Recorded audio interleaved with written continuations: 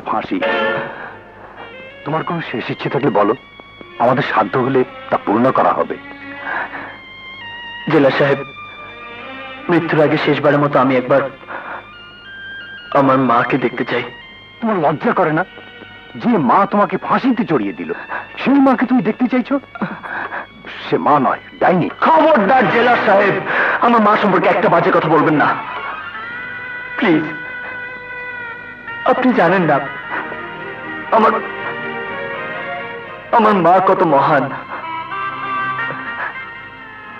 আমি শেষ বিদায়ের আগে একবার আমার মাকে সালাম করে যেতে চাই, একবার।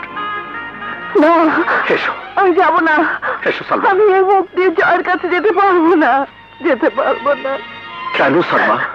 আমি আমি মা হয়ে কোর্টে সন্তানের বিরুদ্ধে সাক্ষী সাক্ষী